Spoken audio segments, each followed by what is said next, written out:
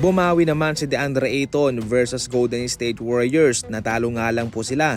Pero ang kanyang numero, 7 points, 7 rebounds in 2 blocks sa loob po ng 21 minutes. Malaking improvement po ito kumpara sa kanyang nagdaang performance na 1 point lamang. Impressive naman ang kanyang performance laban sa Golden State, pero heto kasi mayroon siyang minus 25 na plus minus. Ibig sabihin nun ay na-outscored ng Golden State Warriors itong Los Angeles Lakers ng nasa 25 points kung itong sa Ayton ay nasa loob ng court.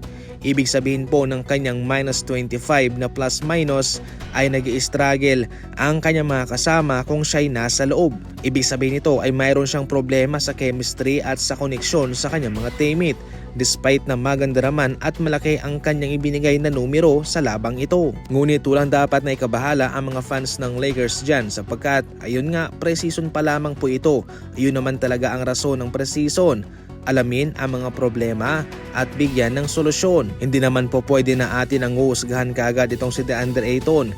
Hindi pa nagsisimula ang regular season mga idol at hindi pa natin nakikita ang kanyang tunay na laruan. Hindi naman masama ang kanyang performance nung siya nasa Portland Trail Blazers. Ganun din po sa Phoenix Suns. Walang perpekto na player sa NBA. Lahat ay mayroong kahinaan at baka sa Ayton babawi mismo sa pagsisimula ng panibagong NBA season. Samantala, marami po sa ngayon ang tumutula kay Russell Westbrook sa Milwaukee Bucks at marami naman pong mga NBA insider ang nagsasabi na posible nga po siyang bumagsak sa Milwaukee. Pero ano nga ba talaga ang chance ni Russell sa Milwaukee Bucks? As of now, kinumpirma mismo ng Bucks na si Kevin Porter Jr. ang kanilang starting point guard. Sa ngayon marami silang gwardya sa kanilang rotation. Nandyan pa si Cole Anthony galing sa Orlando Magic na mayroon ding potensyal na maging starter level na player para sa Milwaukee Bucks. Sa ngayon mailap talaga ang market para kay Russell Westbrook. Mas marami kasi ang mas bata sa kanya at affordable ang kontrata at parehong skill set lang din naman ang kanilang naibibigay. Ang lamang lang po ni Russell Westbrook ay ang kanyang experience bilang isang veterano at kung ano ang kanyang magagawa sa isang kupunan, especially sa mga importanteng laban. Totally walang problema kay Russell Westbrook. Maganda ang kanyang numero, outstanding ang kanyang performance sa Denver Nuggets. Kaso wala talaga siya sa plano ng ibang kupunan para ilagay sa kanilang official roster.